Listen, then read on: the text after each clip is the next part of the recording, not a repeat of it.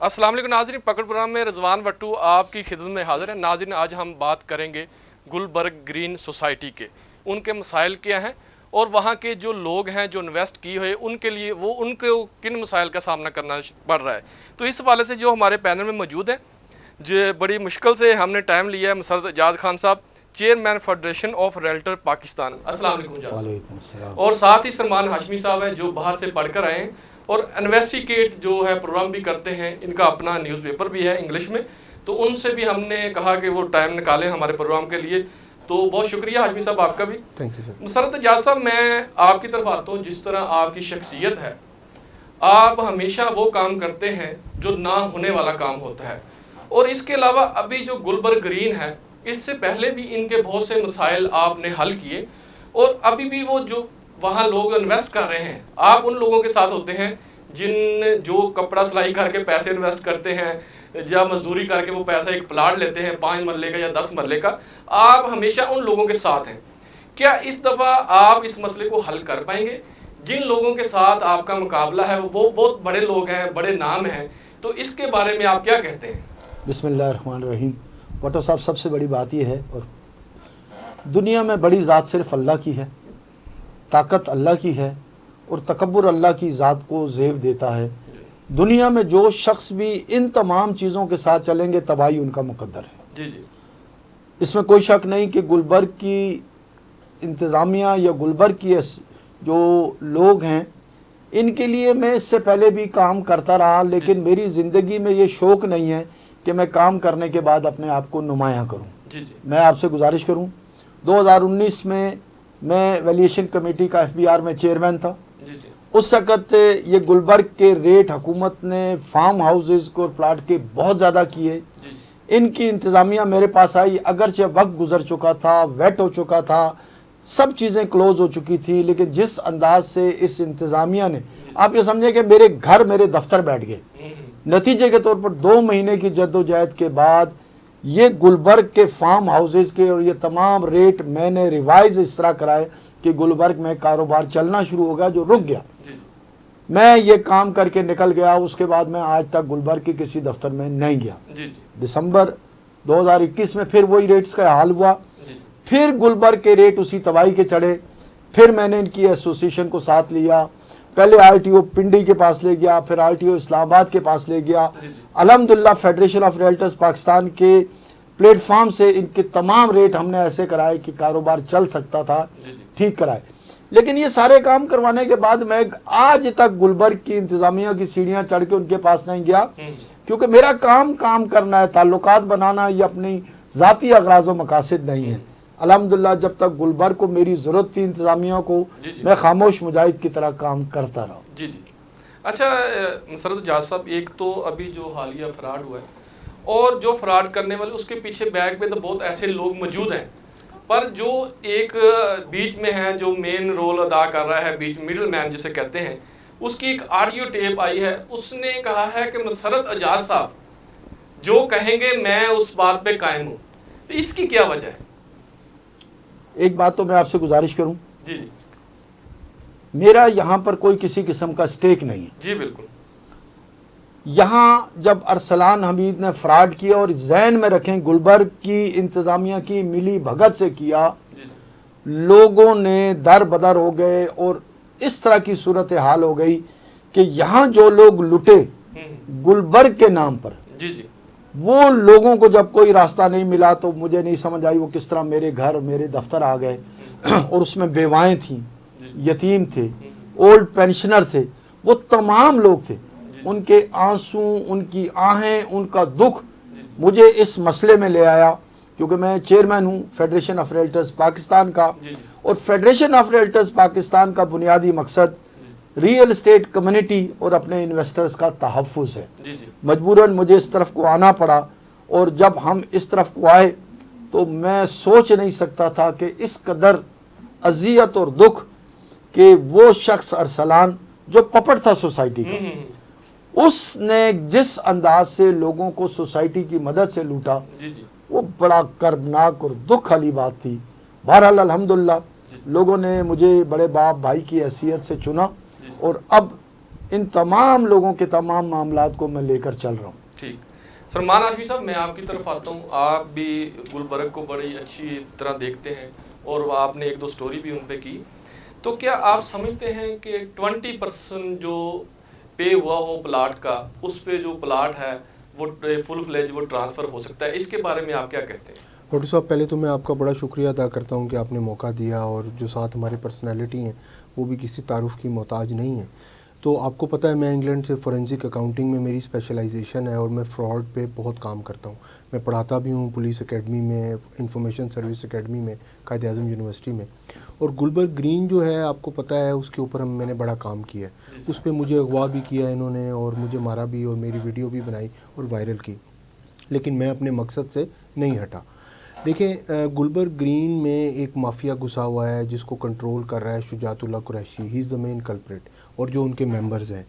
یہ پہلے تو جو انہوں نے فراڈ کیا, یہ آگے گوروں کی طرح پنٹرز کی ایک لینگویج ہے فراڈ کے اندر, کہ جو بھی کلیور آدمی ہوتا ہے وہ پردے کے پیچھے بیٹھتا ہے اور آگے اپنے پنٹرز رکھتا ہے. اور پنٹرز کیا کرتے ہیں کہ وہ ان کی ایک لائف ہوتی ہے, ایک لائف کے بعد انہوں نے ختم ہو جانا ہوتا ہے, پھر ایک نیا بندہ ہائر کیا جاتا ہے.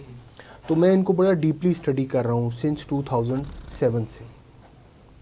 اور جب میں نے ان کو اسٹڈی کیا, اور ان کا جو پوری میوزیکل چیئر کا فراڈ ہے کہ 4 پلاٹ تھے, ابھی جو ارسلان حمید کا جو یہ بندہ ہے یہ کہاں سے آیا, ہمارے پاس اس کی پوری ہسٹری ہے, یہ کب جیل میں گیا, کب جیل سے باہر آیا, ٹھیک ہے. یہ پراپر کرمنل آدمی ہے ارسلان حمید. اس کو ہائر کیا گیا, اور اس کو ہائر کیا گیا ایک گروپ نے, اور ود ان 4 ایئر جو بندہ موٹر سائیکل پہ تھا اور جس پہ 1 لاکھ روپے کے چیک کا فراڈ ہے آلریڈی.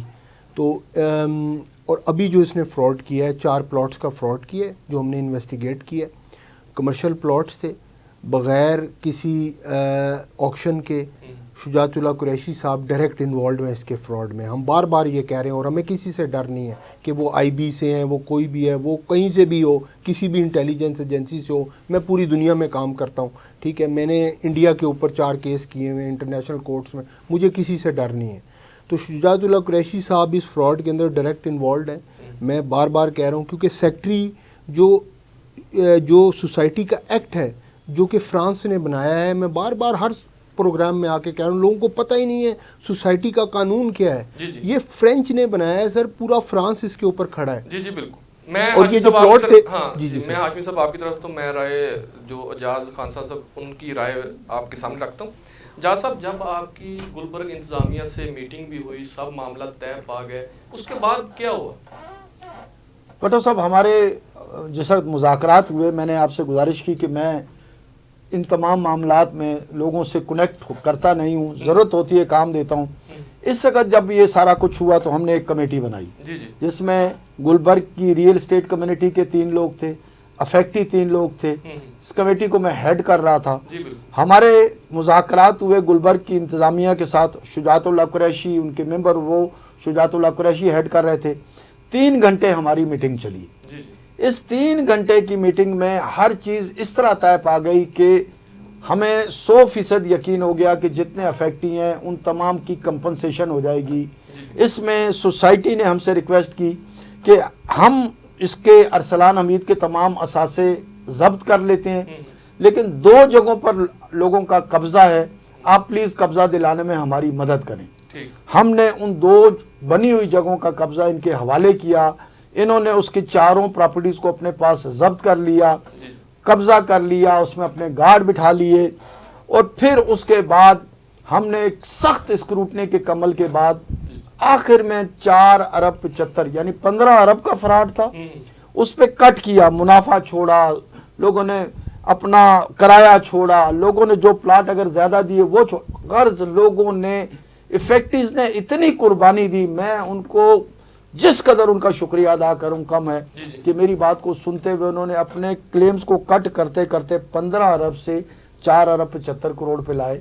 اور پھر جب ہر طے پانے, میں آپ کو یہ بھی بتاؤں ہماری اس میں جتنی باتیں طے ہوئیں, اس کے بعد میں نے تحریری شکل میں وہاں پر گلبرگ کی تمام لوگوں کو اور اپنی کمیٹی کو پڑھ کے سنائی. یہ باتیں طے ہو گئی ہیں, کوئی ابہام, انہوں نے کہا کوئی ابہام نہیں. شجاعت اللہ قریشی صاحب نے کہا کوئی ابہام نہیں. میں نے کہا جی مہربانی کر کے اپنے سینئر ڈائریکٹر کو ساتھ بھیجیں, बाहर 1100-1500 लोग खड़े हैं, उनके सामने मैं ये तय पाने वाली बातें पढ़ूंगा, ये तायद करेंगे। तो उन्होंने अपने एक सीनियर डायरेक्टर को हमारे साथ भेजा और तमाम तय पाने वाली चीज़ें 1500 लोगों के आगे बयान की गई और गुलबर्ग के सीनियर डायरेक्टर ने उसकी तायद की कि ये सब कुछ तय हो गया। ये सारी चीज़ें तय होने के बाद मेरा अल्लाह जानता है, आज तक मैं इस बात को ढूंढ रहा हूँ कि जब बिल्कुल इम्प्लीमेंट होने का वक्त आया तो शुजातुल्लाह कुरैशी साहब की किस अना को ज़रब लगी। उन्हें मेरी शक्ल नहीं पसंद आई, उन्हें मेरा अंदाज़ नहीं पसंद आया, उन्हें गरीबों का बुलकना नहीं पसंद आया, उन्हें गरीबों के घर में ईद के दिन जो मौत का सोग था वो पसंद आ गया, उन्हें गरीबों का रोना पसंद आ गया। शायद उनके किसी जज्बे की तस्कीन हुई कि वो बिलकते हुए लोगों को मज़ीद अजियत में डालें, उन्होंने अपनी कमिटमेंट पूरी करने से इनकार कर दिया। कोई वजह उन्होंने कोई रीज़न नहीं। मैं आपको अपनी और उनकी गुफ्तगू भेजूं, आप शायद आप दीदा हो जाएं। मैंने इस तरह आई बैक टू से, और ईद से पहले मैंने एक उनको मैसेज भेजा, मैंने खुदा का वास्ता है, ईद है, 500 घराने हैं, आइए मिल के एक इनको अच्छा पैगाम दें ताकि ईद के दिन तो इनकी खुशियाँ हों। लेकिन सर अल्लाह माफ़ करे, तकब्बुर का वो पहाड़ है कि उस शख्स ने मुझे जवाब देना भी पसंद नहीं किया। हाशमी साहब, मैं आपकी तरफ आता हूँ। जिस तरह मुसर्रत एजाज साहब ने इस अमर को साथ लेकर चले और 500 ख़ानदान हैं इसमें, और इसके लिए इन्होंने कोशिश की, और जो ख़ानदान है उन्होंने भी बड़ा तावन किया। उन्होंने कहा जिस तरह आप कहते हैं हम कर। आखिरकार जो है बीच में जो है मुल्ज़म है, उसने भी एक ऑडियो टेप जो है वो मुसर्रत एजाज साहब का नाम लिया बाकायदा, और उन्हें कहा कि ये 3-4 लोग बीच में ऐड कर लें और मेरी सारी प्रॉपर्टी जो है वो सेल कर दें, जिनके पैसे हैं उनको दे दें। और फिर ये इंतज़ामिया पीछे हटने का असल मामला क्या है, इसके बारे में आप क्या कहते हैं? रिजवान साहब थैंक यू, और मैं मुसर्रत साहब की बड़ी काविशों का दाद देता हूँ कि इतनी बड़ी पावर के साथ ये लड़ रहे हैं। अल्लाह ताला इनको हिफ्ज़ व अमान में रखे। और सर प्रॉब्लम ये है कि Shujatullah Qureshi is a poor man, वो गरीब एक आदमी था और वो पैसे दे के, रिश्वत दे के IB में 21वें ग्रेड तक गया वो। अब वो IB से रिटायर्ड है और अभी भी IB का नाम लेता है कि मैं इंटेलिजेंस ब्यूरो से हूँ। तो ये बहुत बड़ा क्राइम है। शुजातुल्लाह कुरैशी साहब को मैं मैसेज देता हूँ कि आपने जितने भी कुत्ते रखे हुए हैं, हम किसी से नहीं डरते हैं और इंशाल्लाह ताला हम कानून की हथकड़ियाँ आपके हाथ पे लगाएंगे, ठीक है। सर इन्होंने 3 प्लॉट ये क्राइम में मुलव्वस हैं। जिस तरह के मुसर्रत साहब माशाल्लाह इनका बहुत विजन है प्रॉपर्टी के अंदर, ये समझते हैं सोसाइटियों को बहुत अच्छा। इन्होंने फ्रॉड क्या किया, शुजातुल्लाह कुरैशी साहब ने 25% के ऊपर प्लॉट इन्होंने अंडर द टेबल अरसलान को दे दिए, मेन प्लॉट, जो कि एक क्राइम है सोसाइटी के कानून के मुताबिक। क्योंकि सोसाइटी का जो कॉन्सेप्ट है, रिजवान साहब आपके प्रोग्राम से मैं लोगों को बताना चाहता हूँ कि पूरा फ्रांस इसके ऊपर खड़ा है। इसको टैक्स एग्जम्पशन है इन सोसाइटी के बिज़नेस को। तो क्यों दिया जाता है कि मेंबर्स ऑफ द सोसाइटी को आप प्रॉफिट दें, ठीक है। पाकिस्तान इसके ऊपर टैक्स नहीं लगा रहा। ये लोगों को इस बिज़नेस के कॉन्सेप्ट का ही नहीं पता, नंबर 1। फिर क्या किया शुजातुल्लाह कुरैशी साहब ने कि 25% पे 4 प्लॉट थे, एक मिडल वाला प्लॉट था, वो भी बग़ैर किसी ऑक्शन के अरसलान हमीद को ट्रांसफ़र किया, जो कि एक क्राइम है। शुजातुल्लाह कुरैशी साहब के साइन के बगैर ट्रांसफ़र नहीं हो सकती, सोसाइटी का ये कानून है। और वो सेक्रेटरी हैं IBECHS सोसाइटी के, intelligence bureau employees cooperative housing society. Gulberg Green जो है एक ब्रांड नेम है, किसी टाइम भी ये हटा देंगे, लोग कहेंगे गुलबर्ग ग्रीन किधर चला गया। जो रजिस्टर्ड स्टेटस है इनका वो intelligence bureau employees cooperative housing society है, जो F8 सोसाइटी ऑफिस के ऑफिस में ये रजिस्टर्ड है। तो शुजातुल्लाह कुरैशी साहब जो हैं ये फ्रॉड इस तरह करते हैं कि अरसलान हमीद का जो प्लाज़ा भी था वो अंडर द टेबल इन्होंने राजा सागर के नाम ट्रांसफ़र कर दिया 35 करोड़ रुपए का। तो यानी कि एक बंदा है ही नहीं और आप किस तरह बग़ैर मेंबर्स के, अब ये मुझे बताएंगे, सर बताएंगे, क्योंकि माशाल्लाह इनका पूरे पाकिस्तान की, मैं तो इंग्लैंड में रहा हूँ सारी उम्र और वहाँ एक बड़ा निज़ाम है, एक सिस्टम है, प्रॉपर्टी आपको पता है पूरा यूरोप जो है, इंग्लैंड। हम प्रोग्राम का हमारा टाइम कम है कि इसकी हम सीरियस करेंगे, प्रोग्राम को आगे हम टोटल लेकर चलेंगे, स्टेप बाय स्टेप इस इशू को हम हाईलाइट करेंगे।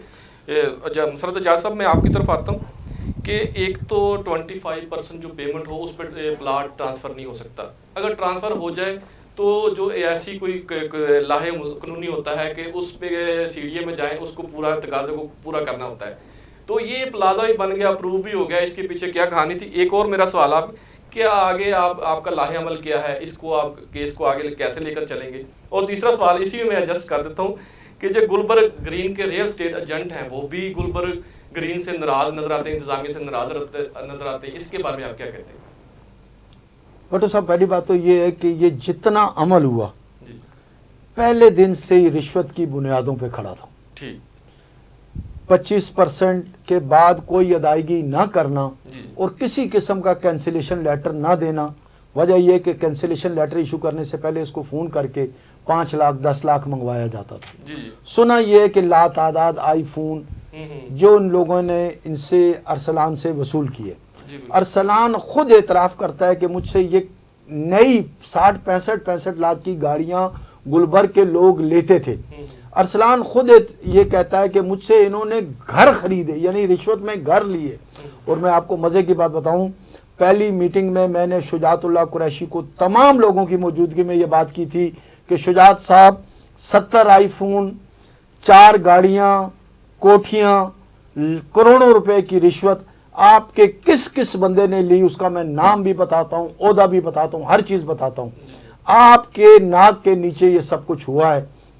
ہونا یہ چاہیے تھا کہ ایک افسر مجھے کہتا ہے اعجاز صاحب 2 باتیں, اگر غلط ہے تو آپ معافی مانگیں گے اور اگر صحیح ہے تو میں ان تمام عملے کو معطل کرتا ہوں.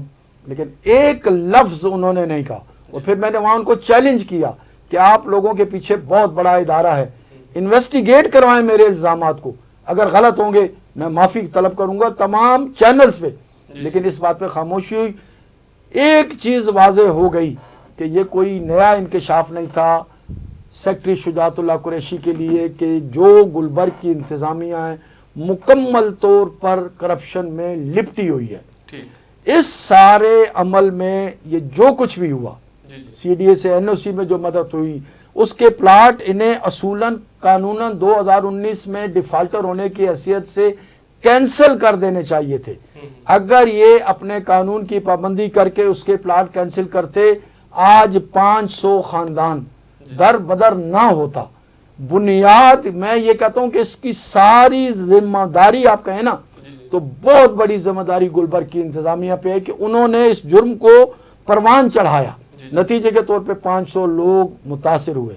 ایک تو آپ کے سوال کا یہ جواب ہے. دوسرا آپ کا سوال کیا تھا؟ دوسرا یہ سر کہ گلبرگ گرین کے جو ریئل اسٹیٹ ایجنٹ ہیں وہ بھی انتظامیہ سے ناراض نظر آتے ہیں, اس کے بارے میں آپ کیا کہتے ہیں؟ ایک بات یاد رکھیں بٹو صاحب, کسی بھی علاقے کی کاروبار کو, سوسائٹی کو چلانے کی بنیاد ریئل اسٹیٹ ایجنٹ ہوتا ہے. جی بالکل.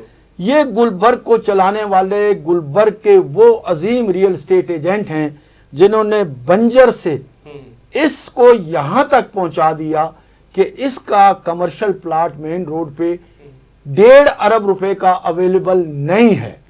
آپ سوچیں دن رات کی محنت. اور پھر ڈیلر کیا کرتا ہے؟ ڈیلر اپنے کلائنٹ کو کہتا ہے 6 مہینے میں ڈیولپ ہو جائے گا, 1 سال میں ڈیولپ ہو جائے گا, آپ یہاں گھر بنائیں گے, اپنے بچوں کو لے کر آئیں گے. اوورسیز پاکستانی اس کو ڈیولپمنٹ کی یقین دہانی کراتا ہے. کس کے کہنے پر؟ سوسائٹی پر اعتماد کر کے.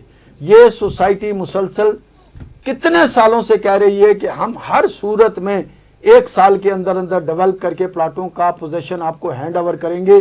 ڈیولپمنٹ کی صورت حال یہ ہے کہ پچھلے کوئی تقریباً 1-1.5 سال سے وہاں پر ایک کچی گلی نہیں بنی. تو پلاٹ انہوں نے ڈیولپ کر کے آج سے 1.5 سال پہلے وہیں پڑے میں. جو آئی بی کے امپلائی جنہوں نے سوچا تھا کہ ہماری زندگی بن جائے گی, ان کو جو بھی پلاٹ دیے ہواؤں میں دیے. جب آپ کی ڈیولپمنٹ نہیں, جب آپ باہر سے یہاں پر ایسے لوگوں کو لا کر بٹھائیں گے جو آپ کے مفادات کے لیے کام کریں گے, جب آپ 2 نمبر اور فراڈیے لوگوں کو اس جگہ پر لا کر پروموٹ کریں گے تو گلبرگ کا کاروبار تباہ ہوگا. ریئل اسٹیٹ ایجنٹ جس نے اپنی زندگی یہاں لگا دی, جس نے اپنی ساکھ کو یہاں لگا دیا, جس نے اپنے عزیزوں کا پیسہ, انویسٹرز کا پیسہ لگا دیا, وہ جواب دے ان تمام لوگوں کو. اس لیے سب سے زیادہ مسائل کا شکار گلبرگ گرین کا ریئل اسٹیٹ ایجنٹ ہے. اور مصیبت یہ ہے کہ یہاں پر قانون طاقت کا بنایا ہوا ہے. ایک ریئل اسٹیٹ ایجنٹ بڑا امن پسند انسان ہوتا ہے. اس کی کوشش ہوتی ہے وہ جہاں کاروبار کرے بہتر طریقے سے, عزت سے کرے. لیکن اب وہ مقام آ گیا ہے کہ گلبرگ گرین کی انتظامیہ کو یہ गुलबर्ग ग्रीन में काम करने वाली रियल एस्टेट कम्युनिटी को ये फैसला करना होगा कि आपने अपनी इज्जत बचानी है, आपने इस जगह पर डेवलपमेंट करवानी है, आपने इस ऑफिस से रिश्वत का खात्मा करना है या खामोशी के साथ सर झुकाकर गुजारा करना है। याद रखिए, खामोशी से सर झुकाकर आपकी इज्जत पामाल होगी, कारोबार तबाह होगा, रेपुटेशन ख़राब होगी। ज़रूरत इस बात की है अपने हक के लिए जायज़ तरीके से खड़े हों कानून के अंदर। अच्छा जी, लास्ट में जो है आपका जो आगे है लाहे अमल क्या होगा? लाहे अमल की गुजारिश ये है कि देखें, गुलबर्ग की इंतज़ामिया की तरफ से हमें एक वाज़ेह मैसेज है, इस मुल्क के किसी इदारे के पास चले जाओ, तुम हमारा कुछ नहीं बिगाड़ सकते। और मैं एक पैगाम गुलबर्ग की इंतज़ामिया को देना चाहता हूँ, मेरे मुल्क में बदयानत अफसर ज़रूर होंगे, मेरे मुल्क में इदारों में करप्शन ज़रूर होगी, लेकिन ये इस्लामी जमहूरिया पाकिस्तान है। यहाँ वो लोग भी मौजूद हैं जो खुदा से डरते हैं, अपने फ़राइज़ को जानते हैं, दयानतदारी से काम करना जानते हैं। उन लोगों की भी कमी नहीं। इंशाअल्लाह जिस वक्त हम इदारों में जाएंगे वो लोग हमारे साथ होंगे जो खौफ खुदा से इंसाफ करने वाले हैं, और जो आपके ख़रीदे में वो हमारे रास्ते की रुकावट होंगे, वो आने वाला वक्त देखेगा। लेकिन आज के दिन हम किसी इदारे की तरफ नहीं जाएंगे। आज के दिन हम अपनी अवामी ताकत से, पाकिस्तान के शहरी होने की हैसियत से, लुटने पटने की वजह से हम अपना इंसाफ खुद हासिल करेंगे, और इंशाअल्लाह इस इंसाफ में हमारा दायां बाजू मीडिया होगा और हमारा बायां बाजू पाकिस्तान की रियल एस्टेट कम्युनिटी होगी। हाशमी साहब, लास्ट में 30 सेकंड क्या मैसेज देंगे? सर मैसेज ये देंगे कि गुलबर्ग ग्रीन इंटेलिजेंस ब्यूरो हमारा इदारा है। शुजातुल्लाह कुरैशी तुम रिटायर हो गए हो, ठीक है, इंटेलिजेंस ब्यूरो का अगर तुमने नाम लिया नेक्स्ट टाइम तो हम तुम्हें हथकड़ियाँ बनाएंगे। और बाकी जो भी बंदे इंटेलिजेंस ब्यूरो का नाम, या हम दुनिया की सारी एजेंसियों के साथ काम करते हैं, हम पूरी दुनिया को एक खूबसूरत इलाका बनाना चाहते हैं, पाकिस्तान को हम एक यूरोप बनाना चाहते हैं। तो शुजातुल्लाह कुरैशी तुम क्रिमिनल हो, राजा सागिर तुम क्रिमिनल हो, और जितने भी भट्टी बरादरान हैं, जितने भी वहाँ फ्राडिये बैठे हैं, उन सब के हमें नाम पता है, हमारे पास सारी लिस्टें हैं। और जो रिश्वत जिस बंदे ने ली है, इंशाल्लाह ताला पाकिस्तान में, और जो वुमेंस की नज़र में तुम रिश्वत ले रहे हो, इस हद तक गिर गए हो तुम इंसानियत के कि तुमने जाके इंडिया के लोगों को यूज़ किया। हमारे पास पूरी रिकॉर्ड है तुम्हारी, जो तुमने गलत काम किए हैं। बहुत शुक्रिया हाशमी साहब, थैंक यू आपका सर, बहुत शुक्रिया मुसरत एजाज साहब आपका तशरीफ़ लाने का और टाइम देने का। जी नाज़रीन, आज ने आपने प्रोग्राम देखा और इसमें बहुत सी अहम चीज़ें जो मुसरत एजाज साहब ने वो सामने रखी, और बड़ी उन्होंने बुलंदो बाला गुफ्तगू की और बिल्कुल साफ शफाफ।